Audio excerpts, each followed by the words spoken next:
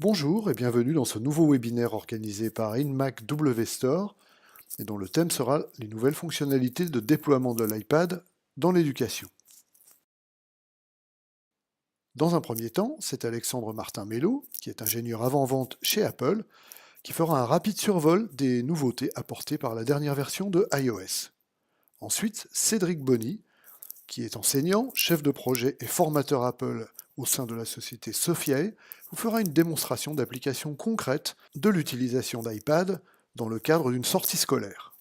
Pour terminer, Yann Ménez de la société Misco InMacW Store présentera l'offre commerciale et technique de InMacW Store pour compléter les propositions pédagogiques de la société Sophiae. Je laisse tout d'abord la parole à Alexandre Martin-Mello. Alexandre, c'est à toi. Bonjour et bienvenue à ce webinaire. Je suis Alexandre Martin-Mello, ingénieur système de l'équipe avant-vente d'Apple France et j'ai le plaisir de vous présenter aujourd'hui les nouveautés d'iOS 9.3 pour l'éducation. iOS 9.3 intègre de nouvelles fonctionnalités spécialement conçues pour l'éducation qui permettent aux responsables informatiques, techniciens et enseignants de configurer et gérer plus facilement l'iPad en classe. Ces nouveautés contribuent également à simplifier et fluidifier le déploiement de terminaux iOS, qu'il s'agisse d'équipements individuels ou de salles de classe mobiles dont les iPads sont partagés entre plusieurs élèves. iOS 9.3 apporte 4 fonctionnalités essentielles pour le monde de l'éducation. Un mode iPad partagé, une app en classe pour iPad, le portail Apple School Manager et des identifiants Apple gérés.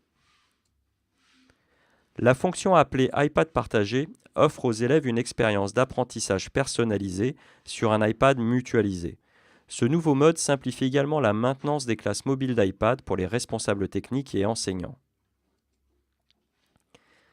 Avec l'app en classe, les enseignants équipés d'iPad disposent maintenant d'un outil simple et puissant pour gérer et guider les iPads des élèves dans la salle de classe. Apple School Manager est un nouveau portail web qui fournit une suite d'outils entièrement intégrés qui permettent la création d'identifiants Apple gérés, l'inscription des appareils iOS de l'établissement et l'achat d'apps et de livres en volume. Enfin, les identifiants Apple gérés permettent à votre institution de définir facilement des comptes, de telle sorte que les élèves pourront commencer à travailler dès le premier jour d'école, tout en respectant la sécurité et la confidentialité de leurs données personnelles.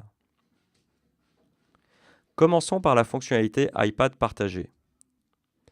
L'option iPad partagé est une solution élégante de partage d'appareils mutualisés lorsqu'il n'est pas possible d'équiper individuellement chaque élève. Les élèves peuvent facilement retrouver leur iPad grâce à leurs photos ou leurs initiales. Ils peuvent ouvrir une session rapidement avec leur identifiant Apple géré et s'approprier l'appareil. Ce mode permet donc à plusieurs élèves d'utiliser un même iPad tout en profitant d'une expérience d'apprentissage personnalisée. Découvrons à présent la nouvelle app En classe pour iPad. En classe est une nouvelle app performante pour iPad qui aide les enseignants à diriger leurs cours, partager les travaux et gérer les appareils des élèves. L'app En classe doit être configurée via un MDM et supporte aussi bien les iPads partagés que les terminaux individuels. Avec l'app En classe, les enseignants peuvent visualiser la classe entière tout en gardant un œil sur ce que font les élèves. Ils peuvent lancer des apps, ouvrir des sites web et des livres pour la classe entière ou des étudiants particuliers à l'aide de Remote Control. Ils ont la possibilité de voir les écrans, de réinitialiser les mots de passe et d'attribuer aux élèves un iPad partagé spécifique. Ils peuvent aussi maintenir l'attention des élèves sur un sujet de cours en verrouillant les appareils sur des apps, des livres ou l'écran de verrouillage. Et partager les travaux des élèves avec AirPlay et Apple TV devient trivial avec l'app En classe. L'app En classe est disponible gratuitement dans l'App Store et nécessite un MDM pour sa configuration. Une fois que les iPads des enseignants sont gérés par un MDM, les administrateurs informatiques peuvent déployer et configurer l'app. Le MDM gère les relations entre les élèves, les appareils et les classes que les enseignants pourront voir lorsqu'ils lanceront l'app En classe. Cette dernière utilise les technologies Wi-Fi et Bluetooth pour la détection des appareils situés dans la salle de classe et pour communiquer avec eux. Pour utiliser en classe, il vous faut donc un iPad supportant la technologie Bluetooth 4 ou ultérieure. Abordons maintenant le tout nouveau portail Apple School Manager. Apple School Manager est un nouveau service web proposé par Apple qui vous permet de configurer les réglages d'inscription des appareils auprès de votre solution de gestion d'appareils mobiles, de créer des identifiants Apple gérés, d'acheter des contenus et de configurer des cours iTunes U. Ce portail est accessible en ligne et se destine aux responsables techniques et administrateurs informatiques. Apple School Manager est un guichet unique qui vous permet de gérer tous vos utilisateurs, qu'il s'agisse d'élèves, d'enseignants ou de membres du personnel, vos appareils Apple et vos contenus. Lors de votre première connexion, un assistant de configuration vous invite à suivre les étapes essentielles à la mise en route du service, comme la définition des administrateurs du portail et l'intégration avec votre système informatique de gestion des élèves. Si vous êtes déjà inscrit au programme d'inscription des appareils ou au programme d'achat en volume, toutes les informations et données liées à votre compte seront transférées vers Apple School Manager, réunissant ainsi tout ce dont vous avez besoin pour déployer des appareils iOS. Dans le menu de gauche, la section Personnes vous permet de créer des identifiants Apple gérés pour l'ensemble de votre établissement. La section Appareils vous permet d'automatiser l'enregistrement de vos terminaux iOS dans votre solution MDM directement depuis Apple School Manager. Depuis la section Contenu, Apple School Manager facilite l'accès à l'App Store pour les achats en volume d'apps et de livres pour tous vos élèves et enseignants. Lorsque vous achetez des apps dans l'App Store dans le cadre des achats en volume, votre remise éducation vous est automatiquement appliquée. Une fois vos achats effectués, les licences correspondantes sont automatiquement transmises à votre serveur MDM qui se charge ensuite d'affecter les apps et les livres correspondant aux classes, enseignants et élèves qui en ont besoin. Apple School Manager s'intègre aussi avec iTunes, ce qui vous permet de configurer facilement les cours iTunes U à partir des données associées aux classes que vous avez définies ou importées sur le portail. Les élèves sont ainsi automatiquement invités aux différents cours iTunes U associés aux classes dont ils font partie. Apple School Manager est actuellement disponible en version d'évaluation pour les établissements ou collectivités locales dans les 26 régions et pays suivants. Revenons maintenant sur les identifiants Apple gérés.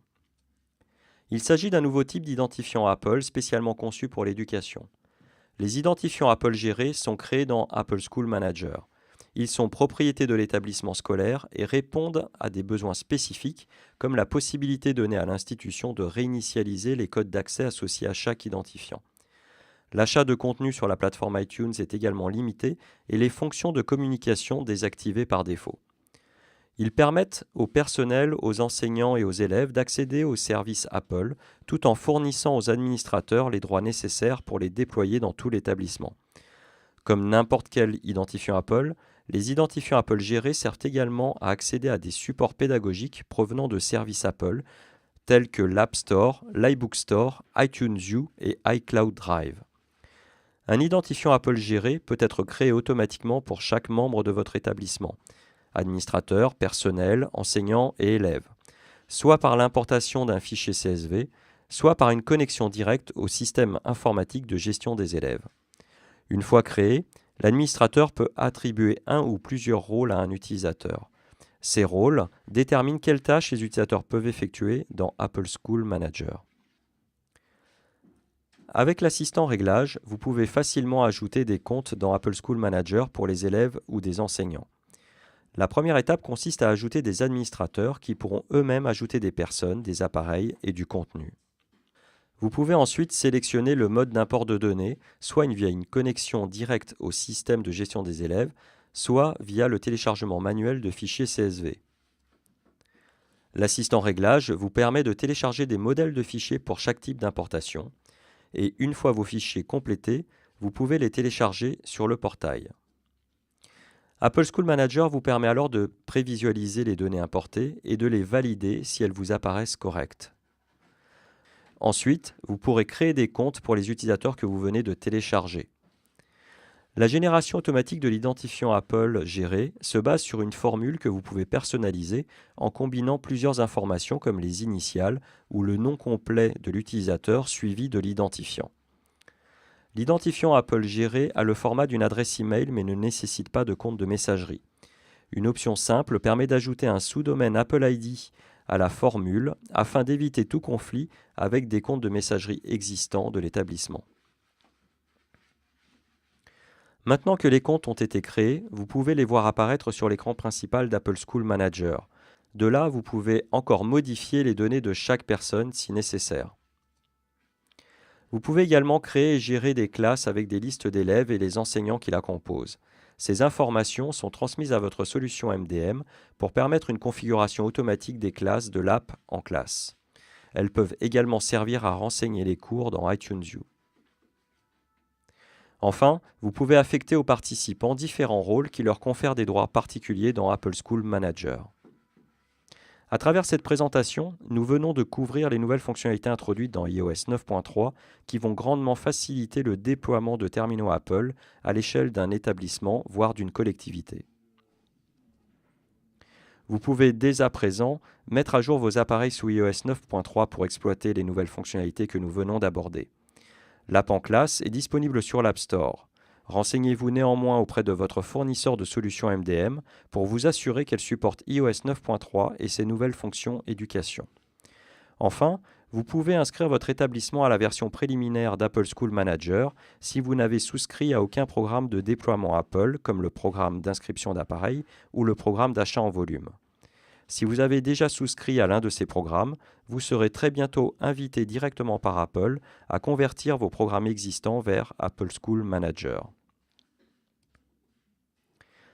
Pour aller plus loin, nous mettons à votre disposition tout un ensemble de guides sur notre site internet qui vous permettront de déployer efficacement ces nouvelles fonctionnalités au sein de votre établissement.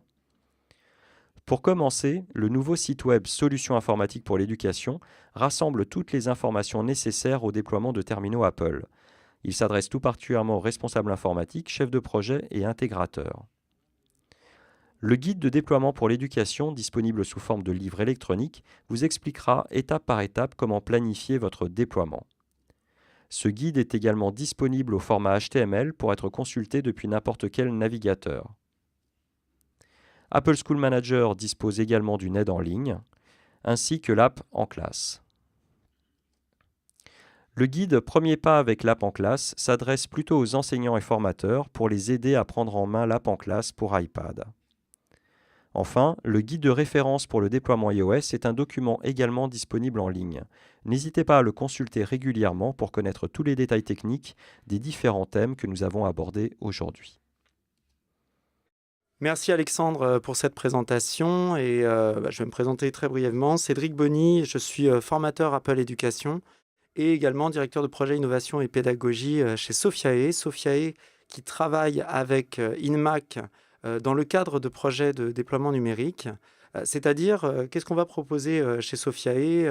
On va proposer un accompagnement vraiment global, c'est-à-dire on va aider les établissements, les collectivités dans leurs choix technologiques. On va les aider à cerner aussi leurs besoins à partir de l'existant et définir avec eux des objectifs pédagogiques. Et à partir de ça, on va avec eux établir le plan de formation, former du coup les enseignants, former le personnel technique évidemment qui doit aussi être au fait de ces nouveaux enjeux, puisque un déploiement de tablettes numériques, c'est un enjeu conséquent pour les établissements, c'est un changement de posture de l'enseignant et ça amène vraiment des nouvelles façons, une nouvelle méthodologie dans l'éducation. Alors je vais vous présenter dans les quelques minutes qui suivent quelques usages pédagogiques un peu originaux que l'on pourrait imaginer avec l'iPad. C'est parti. Alors je vous propose de commencer notre démonstration par un scénario pédagogique qui traitera d'une sortie scolaire. Alors sortie scolaire, ça peut être intéressant. Ce qui peut être intéressant, c'est de la préparer en amont, par exemple, avec les élèves. Et pour ça, on peut s'appuyer sur une des applications de la suite Apple qui s'appelle Plan, tout simplement. Donc on va partir de l'application Plan. Et à partir de cette application, on va justement observer les différents endroits où l'on souhaite aller dans notre sortie scolaire. Alors, on va faire une sortie scolaire à Londres, par exemple. Donc on va aller saisir dans le champ de recherche Londres pour aller avoir une vue 3D de la ville. On peut réduire donc toutes les informations pour l'instant. Et ici, on va changer un peu d'optique et essayer justement d'aller se balader un petit peu dans Londres et d'aller cibler les endroits que l'on souhaite visiter. Alors, Londres, c'est grand, effectivement, il va falloir qu'on cible un petit peu nos différents trajets. Alors, par exemple, ici, si j'arrive au Tower Bridge, vous voyez que j'ai une belle vue 3D, ce qui peut être très, très sympa pour les élèves, ce qui évite d'aller chercher en plus sur Internet des vues, des photos et parfois des photos copyrightées qu'on n'a pas forcément le droit d'utiliser. Là, avec Plan, vous pouvez utiliser toutes les ressources à disposition directement depuis l'appli et du coup, imaginez un scénario avec les élèves. Alors, ce que l'on va faire, on va faire des captures, des simples captures d'images. Donc, les captures d'images se font assez simplement sur un iPad, hein, avec une pression de 2 boutons. On voit l'écran qui s'illumine et on a la capture qui est faite. On va aller capturer comme ça un certain nombre d'images qu'on va utiliser, puisque le but pour les élèves va être justement de décrire leur sortie scolaire à Londres. Alors, on va longer un peu la Tamise ici pour aller se balader et aller chercher le London Eye, par exemple. Donc, le London Eye,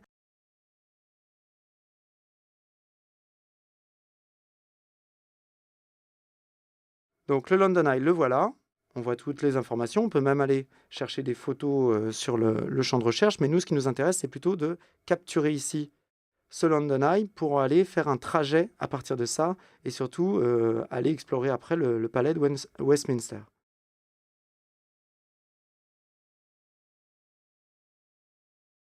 Je fais une capture, je zoome un petit peu sur le palais de Westminster et la tour Elisabeth. Et comme ça, j'ai déjà un certain nombre de contenus utiles que je vais pouvoir utiliser donc dans ma démonstration. Alors, pour pouvoir décrire efficacement une sortie scolaire, je peux très bien utiliser une application comme Explain Everything. Alors, je vais quitter l'appli Plan qui nous a été bien utile pour l'instant pour aller justement explorer cette fameuse application Explain Everything. Alors, Explain Everything, ça vous permet en fait de sublimer votre iPad puisque ça le transforme en tableau numérique interactif. Je vais créer un nouveau projet dans Explain Everything. Ce nouveau projet va nous permettre d'insérer les ressources que l'on vient de capturer dans Plan. Donc, je crée un nouveau thème et j'ai un tableau blanc que vous voyez, c'est un tableau blanc type tableau blanc interactif, sauf que ce tableau blanc interactif, il se situe sur votre iPad. Donc, le gros avantage, c'est que vous pouvez vous balader en classe avec votre iPad, présenter des choses. Ça, c'est un avantage certain pour les enseignants, c'est un avantage aussi pour les élèves, puisque les élèves peuvent décrire à partir d'éléments fixes des choses très interactives, très, très animées. Et du coup, c'est ce que nous allons faire maintenant. Donc, je vais aller chercher le contenu que je viens de capturer d'Explain Everything. Donc, je vais aller chercher les dernières photos que j'ai capturées. Donc, je vais commencer, par exemple, par, ici, notre capture du London Eye. Donc, je vois que j'ai ici une vue de Londres qui est intéressante. Par contre, ça peut être intéressant de réduire un petit peu l'image à certains endroits. Donc, je vais rogner, tout simplement, pour ne garder que le contenu qui m'intéresse. Hop, je rogne ici. Je termine.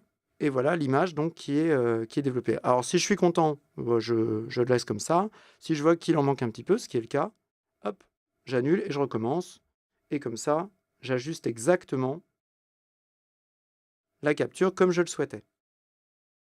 Terminé. OK, voilà déjà un premier échantillon. On voit d'ailleurs que je peux bouger avec mes doigts ici, simplement l'image sur l'écran, la mettre dans une position que je trouve intéressante. Et surtout, je peux ajouter à cette roue, justement, je peux ajouter toute une description. Donc, pour ajouter une description, je peux très bien, par exemple, me servir d'une flèche. Cette flèche peut, bien entendu, l'allonger à ma guise et surtout la déplacer comme je le souhaite. Donc, pour, ici, effectuer des présentations, je peux très bien, du coup, utiliser tous les outils à disposition dans Explain Everything, que ce soit la flèche, que ce soit l'écriture manuscrite, que ce soit aussi le pointeur. Je peux très bien ajouter un petit pointeur pour décrire par exemple un trajet, chose que je vais faire. Et tout ce que je fais à l'écran peut être enregistré. Et c'est là que ça devient très intéressant. Puisque du coup, on va pouvoir, grâce à Explain Everything, on va vraiment pouvoir expliquer tout ce que l'on fait sur une image de façon fluide, de façon orale aussi, puisque c'est important de comprendre, surtout pour la préparation d'une sortie scolaire, dans un pays étranger, c'est important de savoir si les élèves savent parler la langue. Donc, les élèves peuvent très bien, à partir de cette photo, enregistrer avec le bouton d'enregistrement situé en bas et commencer à décrire le périple qu'ils vont suivre et les étapes. On peut très bien imaginer une course d'orientation dans Londres et dans ce cas-là, décrire les étapes de cette course d'orientation pas à pas sur l'image directement. Je vais aussi utiliser mon pointeur laser pour décrire le trajet qui sera suivi par l'ensemble de mon groupe pour aller jusqu'au palais de Westminster. C'est parti. Voici le London Eye que nous allons visiter, puisqu'on va faire un tour du London Eye avec toute la classe. Et une fois ce tour fait, vous allez voir le trajet que nous allons suivre. Nous allons aller chercher un indice ici, dans ce parc, puis ensuite continuer le long de la Tamise pour aller jusqu'au Westminster Palace. J'ai fini mon enregistrement. Je stoppe donc la vidéo. Vous pouvez remarquer ici que tout a été enregistré et je peux commencer à lire la vidéo. Voici le London Eye que nous allons visiter, puisqu'on va faire un tour du London Eye avec toute la classe. Et une fois ce tour fait, vous allez voir le trajet que nous allons suivre. Nous allons aller chercher un indice ici. Bien, vous voyez bien ici que tout a été enregistré en temps réel et que, dans ce cas-là, je peux exporter la vidéo que je viens de produire pour l'insérer dans un autre document. Je vais tout de suite faire cette exportation. Donc, il me demande nécessairement d'enregistrer le projet, ce qui est tout à fait normal. Donc, je vais expliquer que c'est le London Eye. J'enregistre. Et ici, je vais aller simplement sauvegarder la vidéo que je viens de produire dans ma pellicule photo.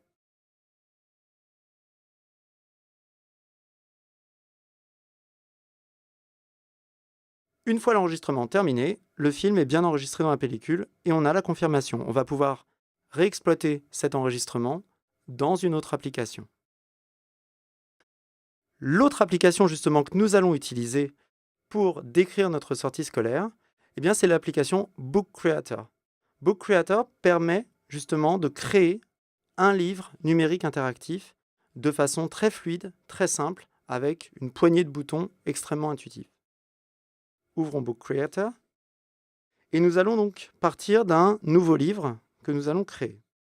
Alors, ce nouveau livre, on peut bien entendu lui mettre une couverture en changeant par exemple l'arrière-plan de la page. Donc on va lui mettre ce type de couverture, un petit peu papier buvard, c'est sympa. Et bien entendu, on peut ajouter des éléments sur cette couverture. Les éléments, ça va être par exemple du texte. Et oui, on peut ajouter évidemment du texte. Donc, on va appeler ça, alors je vais changer mon clavier justement en anglais pour pouvoir bien ajouter My London Trip.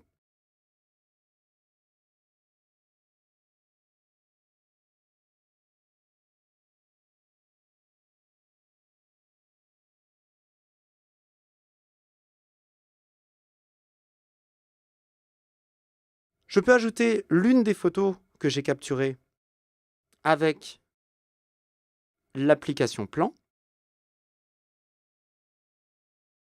Et là, j'ai la couverture de mon livre. À partir de cette couverture de livre, je peux avancer dans mes pages et commencer à les remplir. Et c'est ici que je peux réexploiter ce que j'avais fait juste avant.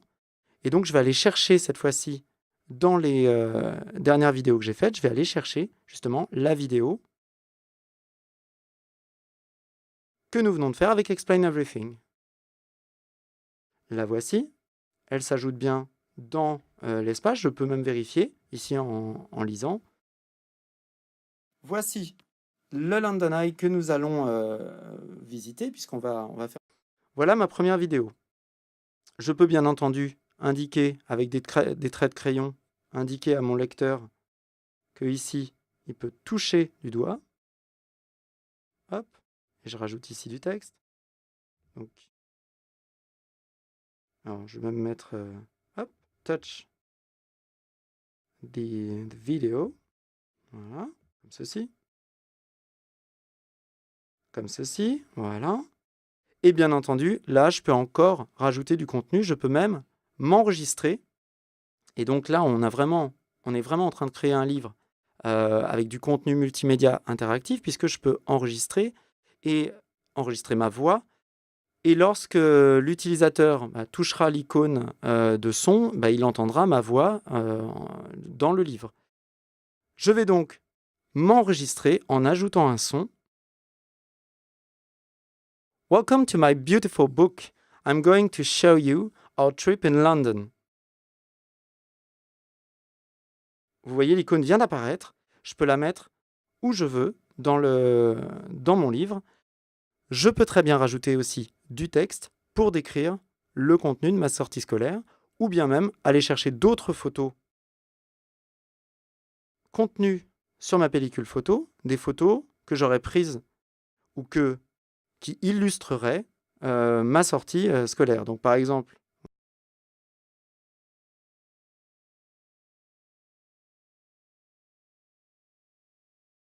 comme ceci, et je continue les pages comme ceci, en ajoutant encore du contenu à partir de ce que j'ai à disposition, de ce que j'ai pu capturer. L'avantage, ensuite, c'est de pouvoir créer un livre interactif en exportant le livre sur l'application iBooks. L'application iBooks, vers laquelle nous allons exporter notre livre, va vous permettre ici de consulter ce livre de façon vraiment interactive. Donc là, j'ai exporté depuis Book Creator. J'attends de voir l'aperçu dans ma bibliothèque iBooks. Le voici, qui s'ouvre. Et je peux maintenant tourner les pages comme un livre normal. Et du coup, je peux même écouter. Welcome to my beautiful book. I'm going to show. On a donc un livre qui dépasse largement le PDF au niveau numérique. On a vraiment quelque chose de vraiment enrichi avec lequel les élèves peuvent travailler et que les élèves en général sont très fiers de produire puisqu'ils produisent d'emblée quelque chose de très grande qualité simplement sur l'application Book Creator exportée vers iBooks. Alors des livres, il y en a de différents types. Et l'avantage justement de iBooks, c'est de pouvoir prendre des notes sur ce livre, c'est de pouvoir se faire des fiches aussi, des fiches de révision directement dans le livre. Et on découvre que le potentiel de l'application iBooks permet vraiment un suivi personnalisé pour chaque élève et une autonomie de travail qui est vraiment décuplée grâce à l'outil mobile. Voilà, maintenant je vais laisser la parole après ces démonstrations à Yann qui va vous présenter toutes les facettes de ce que peut proposer InMac. Eh bien, merci à Cédric pour cette très belle présentation sur toutes les solutions pédagogiques que Sophiae peut vous proposer aujourd'hui. InMac WStore et Sophiae sont aujourd'hui associés pour vous proposer une solution complète sur le monde de l'éducation. Sophiae, on vient de le voir, avec son expertise sur tout le corps enseignant. InMac WStore avec toute son expertise autour de la distribution et des services qui sont associés. Dans tous les projets d'éducation numérique, on le sait, toute la phase de préparation est importante. C'est ce qui va vous permettre de bien préparer le projet avec une phase de projection, une phase d'installation, une phase d'initiation et une phase de consolidation. C'est-à-dire qu'un projet sur le monde d'éducation se constitue en amont avec une phase préparatoire, mais également en aval avec un accompagnement complet, y compris lorsque le projet est délivré, ce qui vous permet notamment d'avoir des formations complètes. Il y a des points clés dans le cadre de votre déploiement avec la partie cadrage de projet.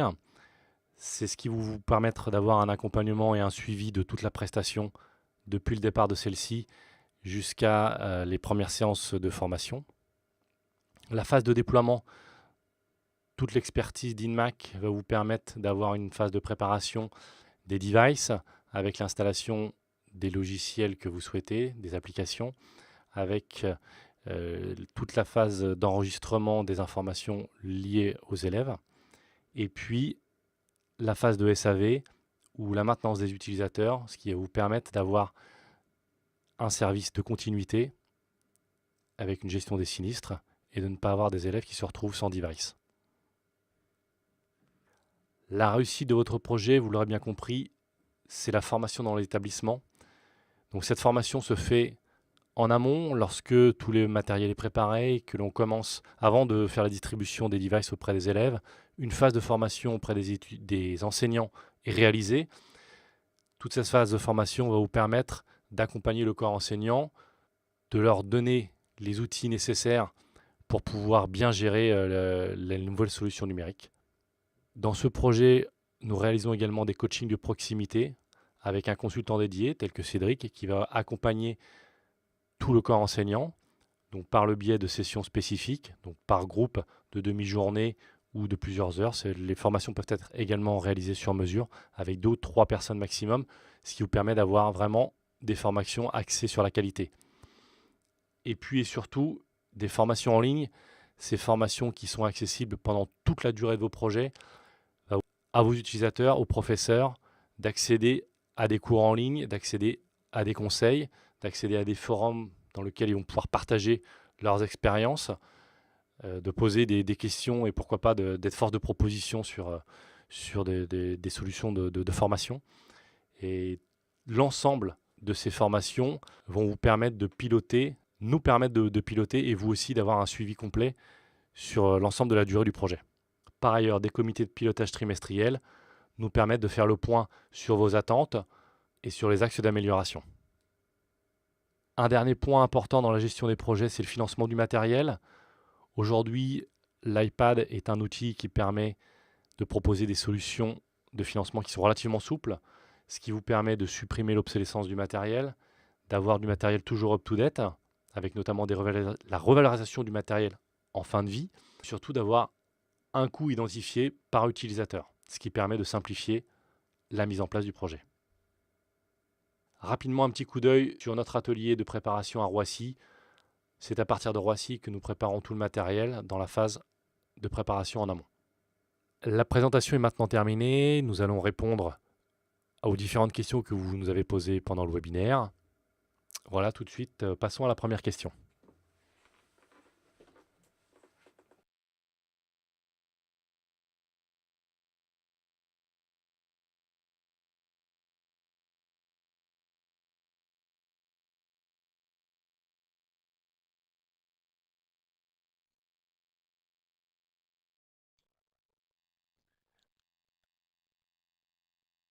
Allô Alexandre, je ne sais pas si tu m'entends. Oui. Alors, c'est pas Alexandre, c'est Emmanuel. Alors, il y a Alexandre et Emmanuel, on est là tous les trois. Donc on va pouvoir passer, donc on va répondre aux différentes questions. Donc merci déjà Alexandre et à Cédric pour les 2 premières parties. Donc Cédric n'est pas présent pour répondre aux questions, c'est Emmanuel Quatrefages qui va prendre le relais. Donc sur toutes les questions sur la partie pédagogique. Donc je sais pas toi Alexandre, mais moi ça m'a fait rêver un petit peu ce petit voyage à Londres. Donc on va passer aux phases de questions. Alors j'ai une première question. Les phases de formation sont-elles incluses dans l'achat? Alors je vais répondre si vous le voulez bien. Effectivement, lorsqu'on propose des packages aujourd'hui sur la partie éducation, on propose un accompagnement pour tous les clients. Apple également propose une participation par rapport à la volumétrie du matériel qui est engagé. Donc, ce qui vous permet d'avoir, vous le client, de bénéficier d'un support. Après, on peut aller au-delà du support qui est proposé, des formations qui sont proposées en standard dans les packages autour de l'iPad. Voilà. Je ne sais pas si tu vas rajouter quelque chose, Alexandre ou Emmanuel. Non, non, c'est Non, non, j'ai pas grand-chose à ajouter. Donc, comme tu l'as dit, hein, donc Apple effectivement propose aussi donc des formations qui sont assurées par des enseignants envers les enseignants. Et le nombre oui. de journées dépend de la volumétrie de, de Alors, la commande, effectivement.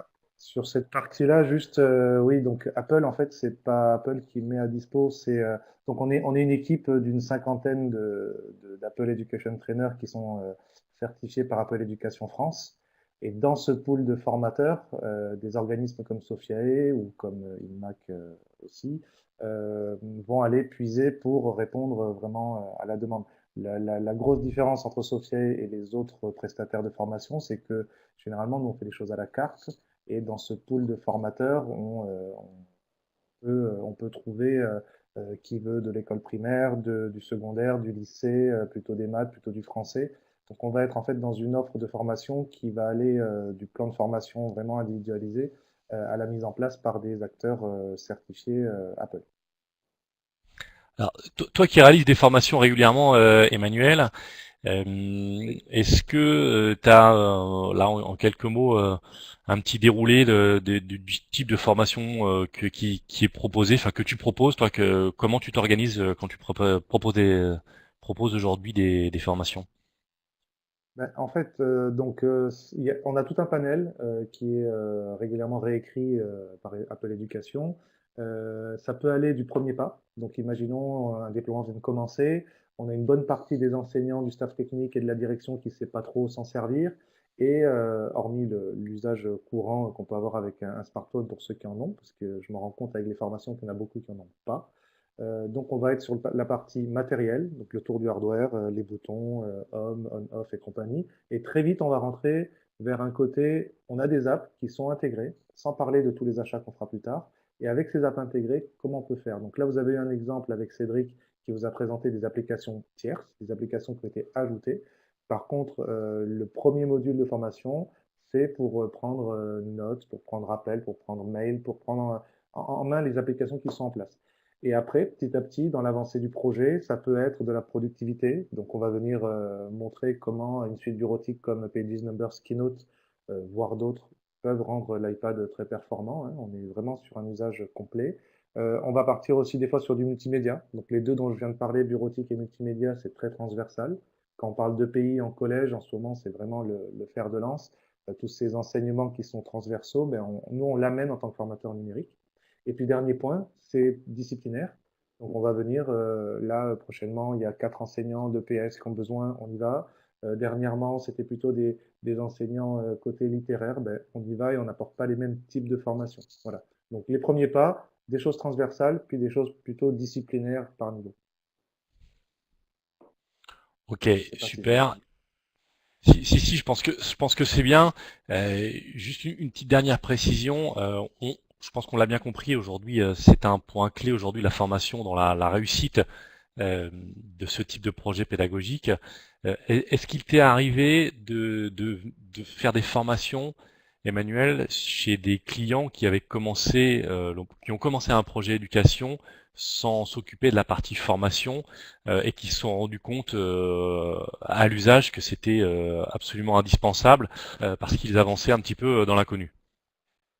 Ah oui, complètement, complètement. Ça m'est même arrivé d'aller dans des établissements qui avaient lancé sur un autre type de plateforme. Donc là, auquel cas, ben, on a conseillé, on a accompagné, puis on a fait un audit ensemble, une évaluation ensemble de ce qui avait été fait et ce qui manquait. Et puis, ça m'est arrivé d'arriver dans des endroits où les iPads étaient là depuis 2 ans. Je ne citerai pas de nom, mais il y a un endroit vraiment qui est prégnant dans lequel je vais faire quasiment du coaching individuel toutes les semaines. Et on se rend compte que ben, la grande majorité des enseignants sont lancés dans le projet. Au bout de 2 ans, ce serait quand même la moindre des choses. Mais on se rend compte qu'il y a un bon quart d'enseignants. Alors, je n'ai pas de proportion évidemment exacte, ni de pourcentage à vous donner, mais il y a vraiment ce quart d'enseignants qui en fait est arrivé au bout de ce de ce que eux pouvaient faire dans une classe. Donc là, ben, on remet en route. Alors on repart pas des premiers pas, hein, mais toute la partie accompagnement, la partie formation prend son sens, même pour des établissements qui ont lancé un projet depuis X années, parce qu'il y a soit un turnover des enseignants, soit aussi des enseignants qui ont techniquement du mal, hein, quand il faut gérer 30 élèves et qu'en plus il faut gérer la technique, ben on est là aussi pour ça. C'est pas seulement dire on fait un beau scénario ensemble, c'est aussi dire vous allez le vivre au quotidien, vous n'allez pas mettre à 100% de numérique, mais vous allez l'accompagner. Et nous, on est là pour vous montrer que ça fonctionne. Donc oui, oui, pour répondre à ta question, enfin, on arrive dès le début d'un projet, où on arrive au milieu, et puis là, on se rend compte maintenant que les iPads existent depuis 5-6 ans, que quand on arrive au bout de 2-3 ans, il y a encore vraiment de l'accompagnement à faire. Ok, Et super. peut-être Donc, pour rebondir sur cette question-là, juste un petit point supplémentaire. Faut pas non plus, quand on est équipe de pilotage ou référent numérique, faut pas avoir cette espèce de réticence à dire on a besoin d'une formation plus. Des fois, je me suis trouvé devant des référents numériques qui avaient besoin de rendre la monnaie de leur pièce aux formateurs en disant bon ben écoutez vous êtes venus et on se débrouille et qui n'osent pas dire qu'ils pataugent. Donc je pense que quelque chose de très intéressant dans la proposition complète, c'est de dire ben écoutez on va reprendre l'évaluation de ce que vous avez fait et puis c'est pas grave. Si pendant 2 ans ça a été de l'expérimentation, ben, ça a été de l'expérimentation et puis on peut repartir sur une base saine. Ok, donc ce qu'il faut bien retenir, juste pour conclure sur cette phase, sur cette question-là, euh, c'est que aujourd'hui la phase de formation, on l'a bien compris, c'est un élément clé, mais ça s'inscrit dans la durée. C'est pas uniquement à la phase de déploiement qu'on va faire un accompagnement sur la partie formation, mais c'est tout au long du projet où cet accompagnement est réalisé parce qu'il est nécessaire, parce qu'il y a des questions qui se posent, parce qu'il y a des interrogations qui arrivent dans le temps, et parce que c'est aussi dire un projet comme celui-ci, il a besoin de se faire dans la durée, et c'est là qu'on apporte cet accompagnement. Et c'est là où toi, Emmanuel, et tous les autres, vous apportez votre expertise du quotidien, parce que ce sont des solutions que vous utilisez au quotidien. Oui, oui, tout à fait, tout à fait. Et on prend le pool on prend pardon nos formateurs dans un groupe de gens qui sont sur le terrain, quasiment tous les jours. Ok, super. Alors, il y a une autre question qui est un petit peu dérivée de la première, c'est est-ce que les formations sont proposées dans des bundles complets ou à part? Alors, l'idée, c'est de dire qu'aujourd'hui, chaque projet client est différent. Le niveau d'accompagnement souhaité en fonction de la taille de l'établissement, en fonction des usages que vous souhaitez en faire, est différent chez chaque client. Donc, c'est vrai qu'on a des packages qui sont déjà établis, mais on sait aussi faire un accompagnement sur mesure et surtout des bundles sur mesure. Ça peut se faire aussi bien sur la partie technique, parce que c'est vrai que là on parle beaucoup de formation, mais il y a aussi une partie technique sur laquelle il y a une bonne réflexion et un travail qui est nécessaire en amont. Donc ça c'est important. Je pense que Alexandre, tu peux nous en parler, hein. Il y a notamment la partie Wi-Fi qui peut souvent être un petit peu sous-estimé, mais pour lequel on a des besoins qui sont assez importants parce que les iPads sollicitent beaucoup la bande passante Wi-Fi. Tout à fait. Et puis il faut aussi, il faut surtout que ce soit bien adapté aux usages et des usages qui peuvent évoluer. Donc effectivement, pour que les cours se passent bien, euh, eh ben, il faut avoir l'infrastructure qui va avec ou les éléments qui permettent de faire en sorte que ça fluidifie les échanges avec l'extérieur. Et donc ça dépend directement des usages et vu que les usages vont avoir tendance à s'intensifier, bah forcément l'infrastructure est un point crucial et si le Wi-Fi n'est pas adapté, bah, on va avoir des retours d'insatisfaction dans les usages et ce sera pénalisant pour tout le monde. Et effectivement, c'est quelque chose à prendre très en amont parce que euh, il peut arriver que les coûts d'infrastructure soient équivalents ou parfois plus élevés même que l'équipement en tablette elle-même. Ok. Alors, merci pour ces précisions-là. Donc ça, c'est des points qui sont importants et sur lesquels il faut bien travailler dans la préparation du projet. On va passer à une autre question. Est-ce que vous avez d'autres Juste avant la applications? prochaine question, Oui. apparemment, il faut parler plus fort. Il y a Nadine qui nous demande de parler plus fort. J'ai monté le micro, j'ai bien lu la note et j'ai monté mon micro maximum. Donc je vais essayer de d'hausser également un petit peu le ton. Alors, est-ce qu'on a d'autres applications intéressantes à utiliser en classe? Alors, c'est vrai que là, on a eu tout à l'heure une belle démonstration avec Cédric des différents cas d'usage qu'on peut avoir. Maintenant, c'est un seul cas. Je pense que des applications, il en existe aujourd'hui une collection dont j'aurais pas le temps de toutes les citer et de toutes les reprendre. La liste, bon, on peut travailler encore une fois, on est sur des projets donc pour lesquels on peut travailler avec le client. Ça va dépendre des usages que vous souhaitez avoir, ça va dépendre j'allais dire des métiers, mais en fait des matières que vous allez travailler. Donc Emmanuel, je pense que tu me contrediras, on a quelques classiques qui peuvent être redondants et puis des applications qui viennent se greffer en fonction des besoins du client. Oui, oui, tout à fait. Enfin, j'ai commencé donc à répondre. En fait, ça dépend du Allô? type de projet. Oui. Allô? Allô, allô, vous m'entendez? Allô, allô. Allô? Ah, Oui, moi je vous entends bien. et là, est-ce que vous m'entendez? Oui. Ouais, alors on y va. Donc, non, pour répondre à cette question, la liste des applications pédagogiques françaises, ou même d'autres langues s'il y a besoin, est énorme. Donc, au lieu de donner des listes d'applications, c'est vrai que d'habitude, on propose des packs de départ, alors dans lesquels il y a Explain Everything, il y a Book Creator, il y a des suites bureautiques qu'on peut choisir chez Apple, chez Microsoft ou chez Google.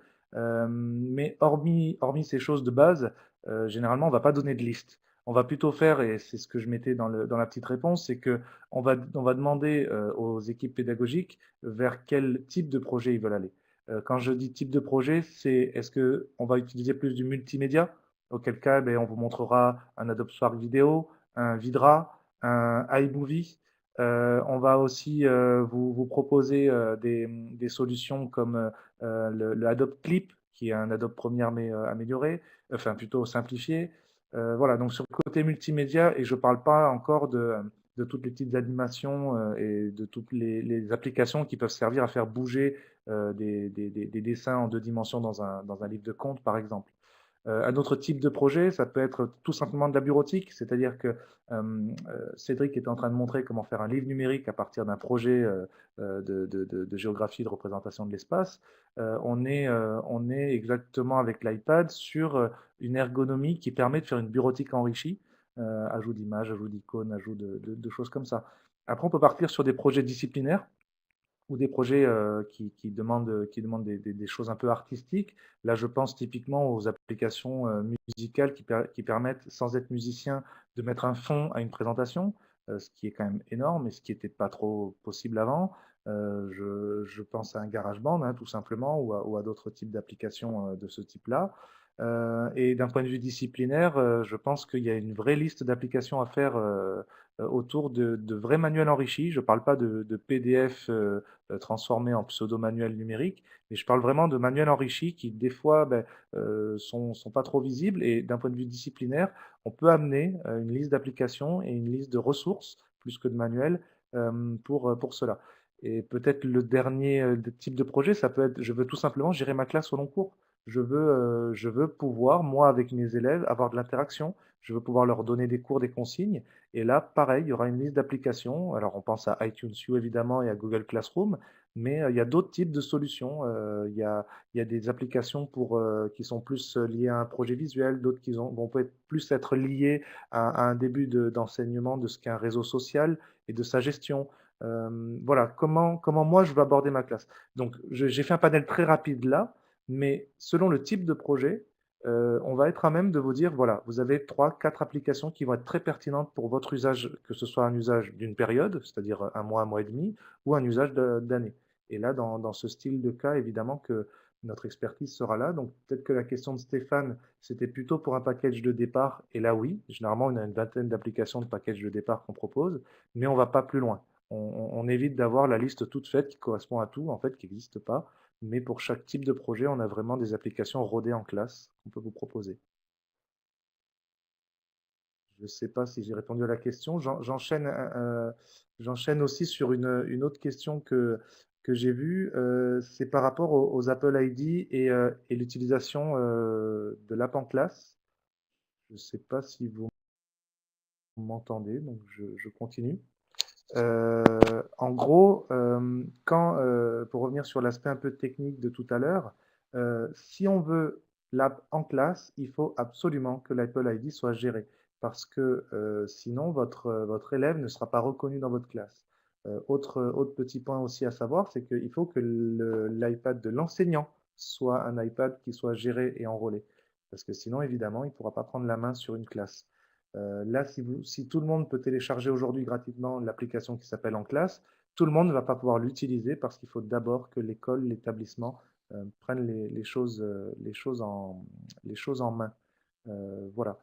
Et donc, après, une fois que l'Apple ID est géré, eh bien, au niveau du gestionnaire du parc, eh bien, on va se retrouver avec des Apple ID élèves et des Apple ID enseignants, tout simplement. Oui, je voudrais juste ajouter, oui, c'est Alexandre, je voudrais juste ajouter une précision. c'est que l'Apple ID géré est vraiment requis pour l'utilisation du mode iPad partagé parce que c'est lui qui va être nécessaire pour ouvrir une session élève, une session individuelle sur un iPad partagé. Maintenant, il est quand même possible d'utiliser l'application en classe sans avoir d'Apple ID géré, pardon. Mais cela nécessite, comme tu le disais, que l'iPad de l'enseignant et l'iPad des élèves, on va dire des équipements individuels des élèves, soient gérés par le même MDM, que les iPads des élèves soient supervisés et que l'ensemble fasse partie d'une même classe. Donc c'est un mode, enfin je dirais pas un mode dégradé, mais c'est un mode qui permet quand même, à partir du moment où tout le monde est géré par le MDM qui supporte les fonctionnalités éducation incluses dans 9.3 et maintenant dans iOS 10, permettent de démarrer ou au moins de faire des essais sans avoir d'Apple ID géré. Et puisque tu parles de ça, combien d'Apple ID peuvent être sur un même iPad partagé? Alors il n'y a pas de limite, on peut définir une limite du nombre de sessions qui peuvent être, on va dire, en cache sur un iPad. On va dire, par exemple, on a un iPad 32 gigas. Je réserve, on va dire, 12 gigas pour les applications, éventuellement des livres du store. Donc il va me rester 20 gigas. Je vais dire, je veux au moins 4 gigas par élève d'espace disponible. Donc je vais pouvoir dire sur un iPad partagé, hein, je vais autoriser au maximum 5 élèves. Donc ensuite, comment ça va fonctionner? Eh bien jusqu'à 5, les 5 premiers qui vont utiliser la tablette vont pas avoir de message particulier. Maintenant, si j'ai un 6e élève qui se présente, qui souhaite utiliser la tablette, ce que va faire la tablette, elle va vérifier est-ce que parmi les 5 premiers qui l'ont déjà utilisé, j'ai terminé de sauvegarder le contenu. Si c'est le cas, eh bien, il va effacer l'utilisateur le plus ancien et allouer cet espace de 4 gigas à un nouvel au 6e utilisateur qui souhaiterait utiliser la tablette. Donc il n'y a pas vraiment de limite. Maintenant, lorsqu'on dépasse la limite qu'on a définie, eh bien, il faut comme prérequis qu'au moins un des élèves ayant utilisé la tablette, ces données aient été sauvegardées pour pouvoir être libérées pour un autre utilisateur. D'accord. Et donc, du coup, lorsqu'on rentre dans cette phase-là, eh bien, il y a forcément du coup une descente des données de l'utilisateur, parce que ça veut dire qu'il a potentiellement pas utilisé le même iPad que la dernière fois. Et donc, du coup, il va falloir avoir le temps prévoir le temps de télécharger son contenu et son contexte sur cet iPad. Donc, et c'est là où le Wi-Fi ou la connexion Internet peuvent plus ou moins, peuvent faciliter ou handicaper ce mode d'utilisation. D'accord. Et puisque tu parles de quantité, là, il y a une question. Quel MDM conseilles-tu pour gérer 150 iPad élèves? Alors, j'ai pas vraiment de recommandations au niveau à donner au niveau MDM sur le site web d'Apple. Hein. On en mentionne quelques-uns comme AirWatch, Meraki, FileWave, Jamf et d'autres. Maintenant, ceux qui aujourd'hui, donc ça, dans cette liste-là, il faut faire attention parce que ce sont ceux qui sont engagés à implémenter les fonctionnalités éducation présentes depuis iOS 9.3. Maintenant, concrètement, celles qui sont utilisables et qui ont une version publique de leur MDM qui supporte les fonctions éducation. Donc, c'est essentiellement en France ce que l'on retrouve chez nos clients, du Jamf, de l'AirWatch et du Meraki. Voilà, et puis il y a Profile Manager évidemment. Profile Manager, donc c'est le MDM qui est inclus dans l'application serveur, macOS Server, donc qui supporte évidemment les fonctions et l'éducation que l'on a présentées aujourd'hui, mais qui nécessite du coup l'installation d'un serveur au sein de l'établissement ou au sein de la collectivité ou du département pour gérer les iPads à distance. D'accord. Puisque tu parles de serveur, tu vois, je rebondis. Où se fait le stockage des infos élèves? Alors, le stockage des Dans le infos cloud? élèves, alors il y a deux notions, hein. Vous avez les Apple ID. Donc, il n'y a aucune obligation à créer des Apple ID nominatifs. Donc là, on va pouvoir les créer en masse avec le portail School Manager. Donc, elles sont pas forcément nominatives, hein, si on veut rester dans l'anonymat.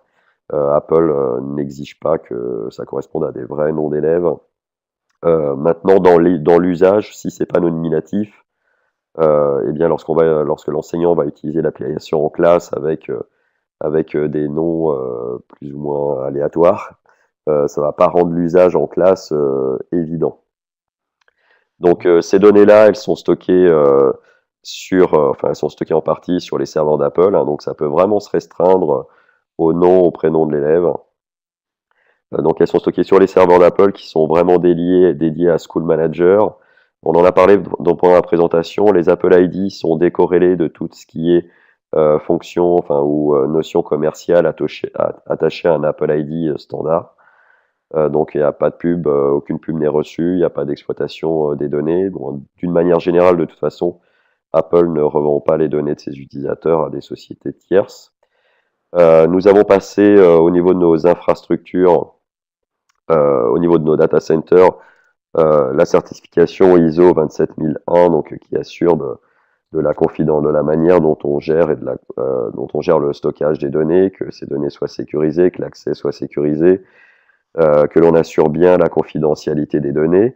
Et cela inclut également iCloud, parce qu'on en parlait tout à l'heure. Donc comme moyen transparent en fait de sauvegarder les données sur les iPads partagés. Donc les données sont stockées sur iCloud. Donc pour être transparent notamment vis-à-vis de la CNIL, donc dans School Manager, donc si vous regardez sur la page d'accueil de School Manager, en bas vous pouvez télécharger les termes et conditions, où vous allez retrouver un document avec les clauses contractuelles type. Donc c'est un contrat qui autorise en fait le transfert des données en dehors de l'Union européenne et qui est tout à fait valable au niveau européen. D'accord. Voilà, donc les données elles sont soit dans les data centers pour la partie Apple ID, soit également dans les data centers, mais à travers la plateforme iCloud pour les données. Donc là vraiment les documents qui sont créés par les élèves dans le cadre d'un iPad partagé, dans le cadre d'un iPad individuel, hein. De toute façon, dans tous les cas, les données elles sont d'abord stockées sur le terminal et ensuite elles sont, en fonction des options, sauvegardées sur iCloud, mais c'est vraiment de la sauvegarde. D'accord. Ok. Je reviens sur une autre question à laquelle j'ai répondu juste par écrit par rapport au projet, s'il doit être construit en amont et toutes disciplines confondues. En fait, quand on va commencer un plan de déploiement digital ou numérique, euh, il faut que le projet soit de tout l'établissement. Il faut que le chef d'établissement ait mis en place, alors ça peut être un audit, ça peut être un conseil, ça peut être un comité de pilotage. Nous on aime bien l'idée de comité de pilotage pour savoir où on va, les objectifs d'un établissement. Est-ce qu'on part sur un iPad par élève? Est-ce qu'on part sur des iPads partagés? Voilà, quel type de MDM? Tu en as parlé un petit peu. On choisit avec le service informatique. Et ensuite, quel degré de formation on prend? Parce que tout à l'heure, j'ai oublié de le dire, mais on fait de la formation en présentiel, on fait du SAV pédagogique en ligne, c'est-à-dire derrière une plateforme e-learning, on est capable voilà, de répondre à des besoins. Et puis, on est aussi capable de venir faire du SAV pédagogique sur site. C'est-à-dire, au lieu d'avoir les formations de 10-15 personnes en site, eh bien, on sera plutôt sur du coaching entre 1, 2, 3, maximum 4 personnes. Et donc, ce projet-là et ce plan-là, qui se définit sur 1, 2, voire 3 années scolaires, c'est tout l'établissement. Pour le démarrage, évidemment qu'on peut démarrer avec une seule discipline. On a vu beaucoup d'établissements qui ont démarré que par le CDI, j'en pense à un dans l'Est, là, ou sinon d'autres qui démarrent que par l'EPS ou d'autres qui démarquent que. En fait, c'est pas une discipline qui doit être fer de lance, c'est plutôt quelles sont les personnes ressources dans votre établissement pour pouvoir diffuser une pratique, un usage, et qui soit un peu référent, entre guillemets. Parce que si vous n'avez pas au sein de vos équipes une personne référente, et forcément d'une matière, vous aurez un peu de mal quand même à lancer le projet. Donc il y en a forcément une ou deux qui sont passionnés et forcément on rentrera par leur discipline. Mais très rapidement, on arrive à avoir un projet plutôt d'établissement complet. Sur la partie formation, je pense qu'on a à peu près fait le tour, parce que je vois que l'heure tourne aussi. Est-ce que, Alexandre, sur la partie technique, tu avais des choses à rajouter?